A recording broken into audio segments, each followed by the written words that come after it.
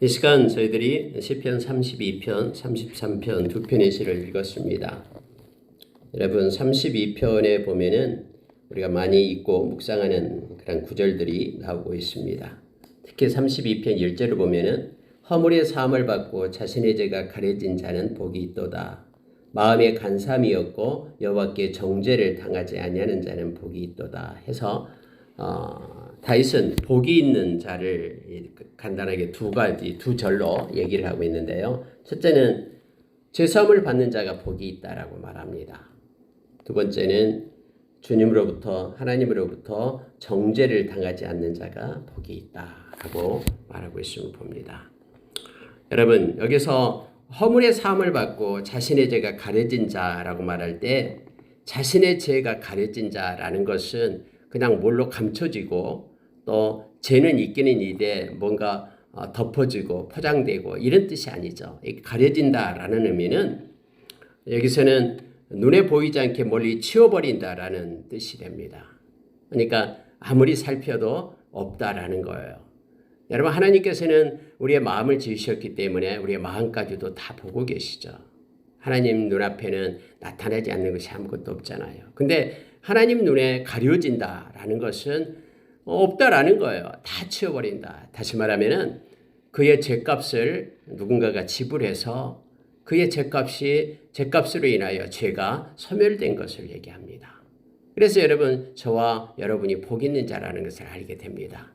예수님의 보혈 때문에 저와 여러분 예수님의 핏부림을 받아서 우리의 모든 죄값을 예수님께서 지불했거든요. 그래서 하나님의 눈에 저와 여러분의 죄는 우리가 자백하고 인정하고 나가기만 하면은 모든 죄는 떠나가고 하나님 우리 주님의 의가 우리에게 입혀진 자가 됨을 말합니다. 고린도후서 5장 21절에서 우리에게 가르쳐주고 있죠. 그래서 여러분 다윗은 지금 이 말씀을 읽고 있는 저와 여러분을 향하여 지금 이 말씀을 기록하고 깨닫게 하는 거예요. 여러분 성경의 말씀은 우리가 로마서 15장 4절의 말씀처럼 우리에게 교훈을 주기 위하여 쓰여졌다라고 말하죠. 우리를 위로하고 또 우리에게 소망을 주기 위한 말씀입니다. 이 말씀은 저와 여러분에게 예수 그리스도의 보혈의 능력이 얼마나 깊고 크다라는 것을 깨닫게 하고 또 예수님 때문에 저와 여러분이 죄사함 받는 하나님의 자녀가 되었음에 감사하게끔 그렇게 합니다. 왜냐하면 복 있는 자가 되었기 때문에 그렇습니다. 이것 때문에 저와 여러분을 택했다라고 말하잖아요. 베드로전서 1장 2절에서 예수님의 핏부림을 주기 위하여 즉 우리의 죄와 허물을 가리기 위하여 예수님의 보혈로 덮기 위하여 저와 여러분을 택해서 하나님의 자녀 삼았다라고 말합니다. 마음에 간삼이 없다 그러면 마음이 청결하고 깨끗하다라는 거죠. 그래서 여러분 우리가 히브리서 9장 14절의 말씀처럼 예수님의 보혈로 우리 양심에까지 깨끗하게 하실 수 있습니다. 우리 지식에까지 새롭게 세울 수 있죠. 그래서 우리가 깨끗한 마음으로 성결한 마음으로 아까 우리가 찬양을 했듯이 성결한 마음으로 하나님을 경배하고 또 하나님을 만나고 하나님께 예배할 수 있음을 알게 합니다. 저와 여러분이 복 있는 자가 되었음을 성경 말합니다. 저와 여러분은 하나님의 정죄함을 받지 않습니다. 이미 우리는 죄와 사망의 권세가 떠나가고 성령 안에서 우리로 하여금 생명의 성령의 법이 우리를 지배하거든요. 그리스도 예수 안에 있는 자들은 결코 정죄함이 없다라고 우리가 로마서 8장 1절에서 우리에게 가르쳐주죠. 그러니까 여호와로부터 정죄함을 받지 않는 자는 그가 복 있는 자예요. 왜냐하면 예수 그리스도 때문에요.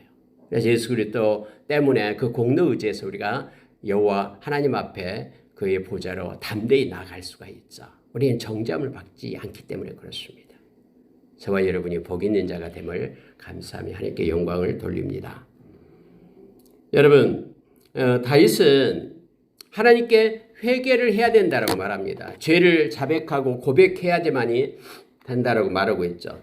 마치 요한일서 1장 9절의 말씀처럼 우리가 우리 죄를 자백하면 저는 미쁘시고 의로우사 우리 죄를 사하시며 모든 불의에서 우리를 깨끗게 하실 것이라고 우리에게 약속해 준 것처럼 다윗은 지금 이 얘기를 지금 이 32편에서 말해주고 있는 거예요. 여러분 다윗이 3절에 보니까 내가 입을 열지 아니할 때에 하나님 앞에서 회개하지 않을 때에 하나님께 자백하지 아니할 때에 마음에 뭔가 쓴뿌리를 감추고 뭔가 마음에 하나님 앞에 이렇게 진실을 고백하지 않을 때에 그때의 상태를 말합니다. 내가 종일 신음했다. 내 뼈가 쇠했다. 막 주야로 주의 손이 나를 짓눌렀다. 짓누림이 있는 거예요. 그리고 나의 진액이 다 빠져나갔다. 마치 가문 여름에 마름같이 너무 막 가물어가지고는 막 논바닥이 쩍쩍 벌어진 것처럼 그런 진액이 다 빠져나가고 그냥 아무것도 없는 그러한 상태까지 이르렀다라고 말합니다. 그런데요, 반전이 있습니다. 다윗이 죄를 고백하니까 자 5절에 내가 이르기를 내 허물을 여호와께 자백하리라 하고 주께 내 죄를 아뢰고 내 죄악을 숨기지 아니하였더니 곧 주께서 내 죄악을 사하셨다. 여러분 마치 여러분 다윗이 지금 이때 행하고 있는 이러한 일들 지금부터 3000년 전에 다윗이 행하고 있는 일들이잖아요. 근데 오늘날 저와 여러분이 예수의 이름으로 회개할 때 저는 미쁘시고 의로우사 우리 죄를 사하시며 미쁘신 아주 신실하신 우리 주님께서 우리의 모든 죄를 사해 주시고 마치 다윗처럼 그가 하나님 앞에 회개하지 않을 때는 힘들고 막 진액이 빠져나가는 같은 그런 억눌림 속에 있었지만은 그러나 하나님께 회개하고 하니까 자백하니까 그때부터 완전히 달라집니다. 하나님께서 죄를 사해 주셨다. 그러므로 인하여 6절에 이렇게 고백해요. 이로 말미암아 모든 경건한 자 여러분 경건하다라는 것이 뭡니까? 경건은 하나님과 함께하는 자가 경건한 자라 그랬죠. 그래서 유세베이야 이 경건이라는 것은 하나님의 마음을 가지고 하나님과 함께 동행하는 자를 경건이라고 했습니다. 그래서 하나님과 함께하는 모든 사람들 우리의 마음의 중심에 예수 그리스도를 모시고 영접하고 예수님과 같이 멍에를 메고 있는 저와 여러분 그가 경건한 자예요. 그래서 모든 경건한 자는 주를 만날 기회를 얻어서 주께 기도할지라 진실로 홍수가 범람할지라도 그에게 믿지 못하리이다. 여러분 다윗이 이렇게 우리에게 큰 교훈을 줍니다. 자기 경험에서 나온 교훈을 지금 하는 거예요. 홍수가 범람할지라도 그 홍수가 우리를 엄몰하지 못한다라고 지금 말합니다. 누구에게요? 주께 기도하는 자에게. 하나님과 함께 동행하는 경건한 자들이 여기 성경이 말하죠. 주를 만날 기회를 얻어서 이렇게 말합니다. 주를 만날 기회를 얻어서 이 말은 죄를 깨닫고 이런 의미와 같은 의미예요.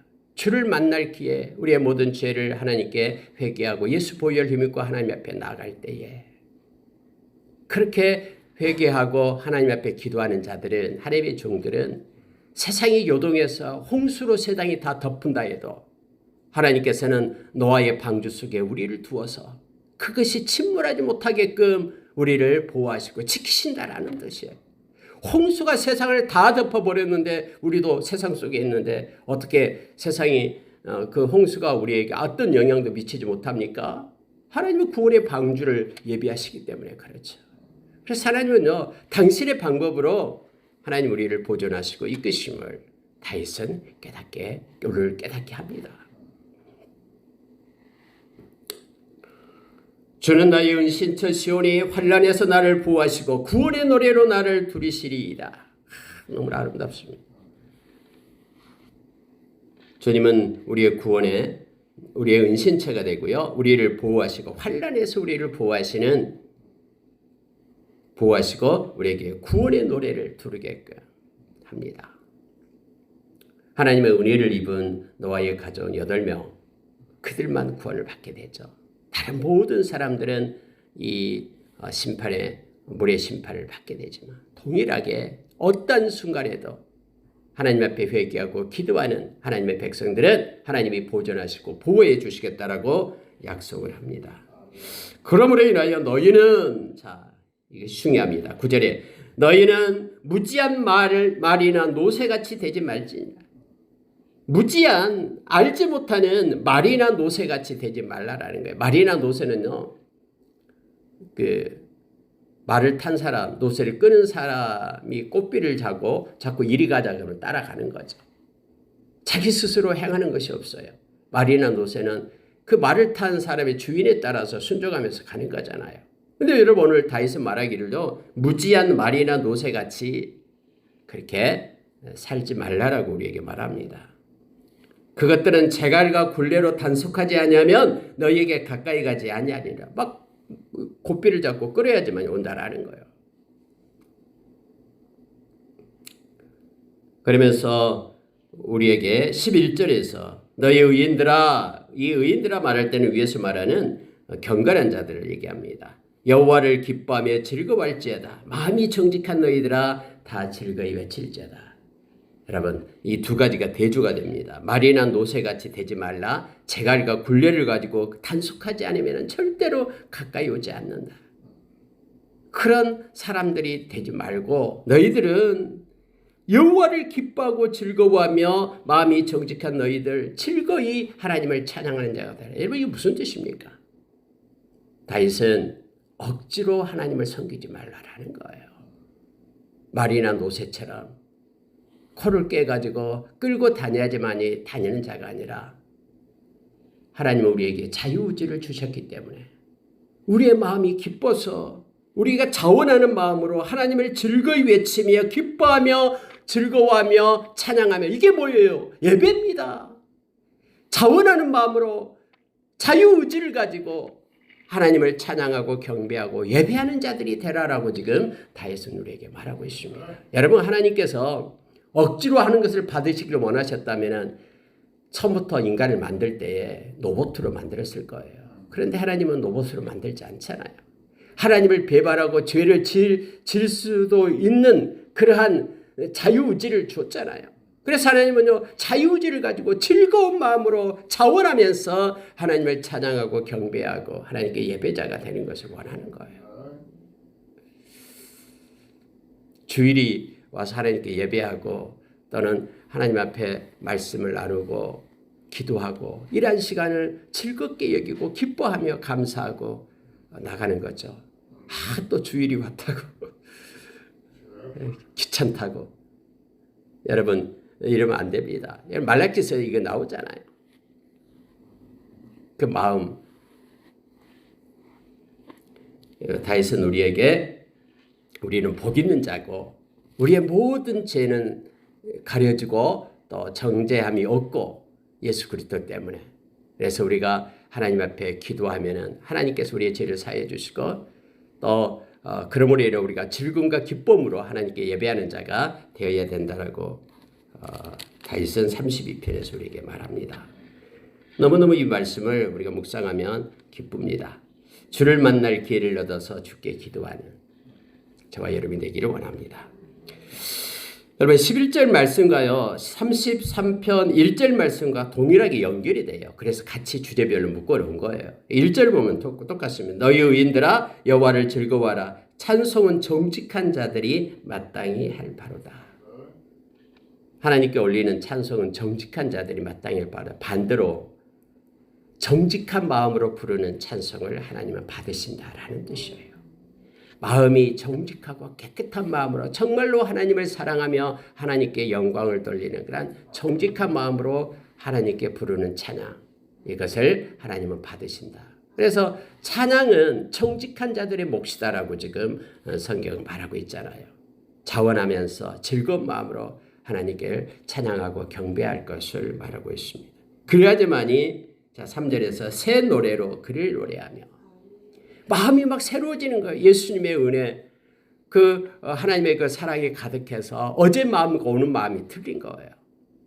우리의 마음이 늘 새로워지죠. 주님의 은혜가 임하면은요. 그래서 이 새 노래로 하나님을 찬양하라. 물론 이것도 또 두 가지로 이제 해석을 하는 분들도 있어요. 새 노래로 할 때 하나님께서 새롭게 역사하실 것을 기대하고 소원하면서 하나님을 찬양하고 경배하라 이렇게 해석을 하는 경우도 있고요. 근데 여러분 여기에서는 우리의 마음이 새로운 마음을 왜냐하면 뒤에 상관없구가 즐거운 노래, 즐거운 소리로 하고 서로 병렬 구조거든요.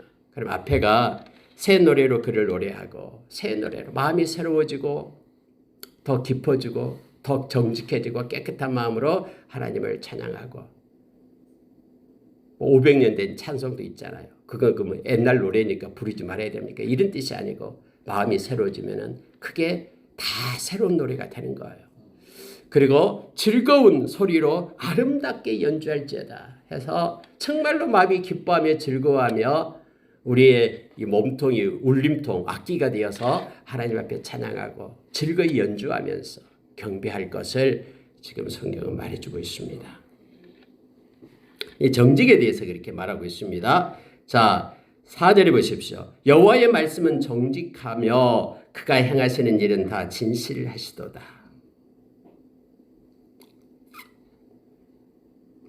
우리가 정직한 마음을 가지고 하나님을 찬양하고 경배할 것을 원하고 하나님의 말씀도 정직하고 진실합니다. 여러분 우리가 하나님의 말씀 묵상할 때 너무나 놀라운 것 있잖아요.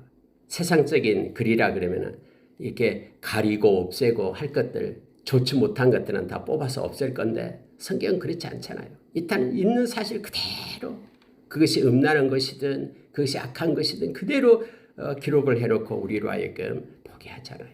성경은 정직합니다. 그리고 말씀을 붙잡고 사는 이들 그의 마음이 정직하길 원하고 하나님의 정직한 자의 영을 소생시킨다라고 성경 이사야서 56장 15절에서 우리에게 말씀해 주고 있죠.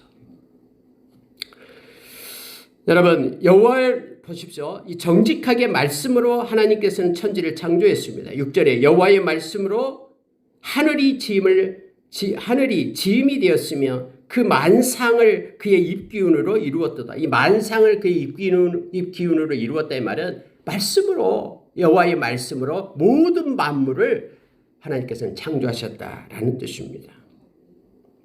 자, 8절에도 9절에도 그가 말씀하심에 이루어졌으며 명령하심에 경고히 있었도다. 하나님이 말씀하시면 이루어지는 거예요. 눈에 나타나는 거예요. 그래서 히브리서 11장 3절에 우리의 눈으로 보여지는 모든 것들은 그냥 거저된 게 아니라 나타난 것으로 된 것이 아니라 말씀으로 되었다라고 말하는 거죠. 말씀이 모든 것들을 이루고 성취함을 보게 됩니다. 그가 말씀하심에 이루어졌고 명령하심에 경고히 있었다라고 말합니다. 여러분 뒤에 가면은요 이렇게 말하고 있죠. 자 11절을 보십시오. 여호와의 계획은 영원히 서고 그의 생각은 대대에 이르리로다. 하나님이 생각하신 것은 그대로 사실 우리 상황 가운데 나타나는 거예요. 하나님의 계획은 영원히 나타납니다. 그의 마음의 생각과 그의 계획은 그의 입술의 말씀으로 명령으로 모든 것이 성취되고 이루어짐을 알게 합니다. 그래서 여러분 세상의 모든 것들은 하나님께서 주권자 되시고 하나님이 운영하시고 이끄시고 있음을 성경은 우리에게 가르쳐 줍니다.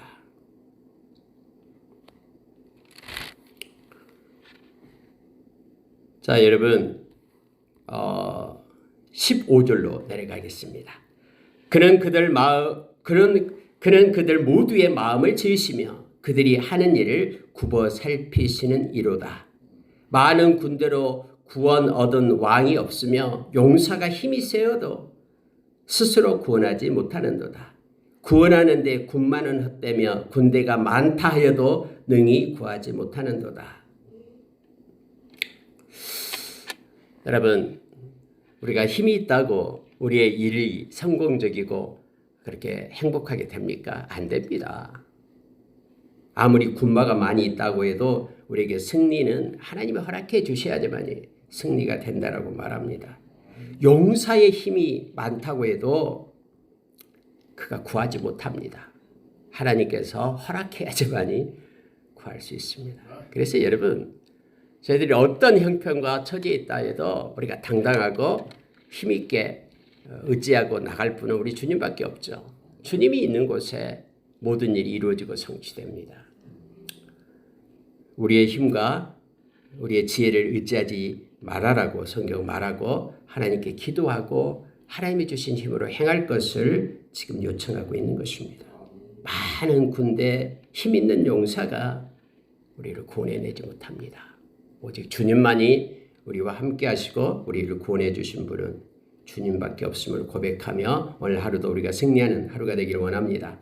여러분, 오늘 읽는 말씀 가운데 반복적으로 쓰는 말씀이 있습니다. 굽어 살피시는 하나님. 굽어 살피신다. 우리 장로님 기도하실 때도 굽어 살펴 달라라고 기도하시잖아요. 하나님은 실제로 굽어 살펴요. 잘 살피십니다.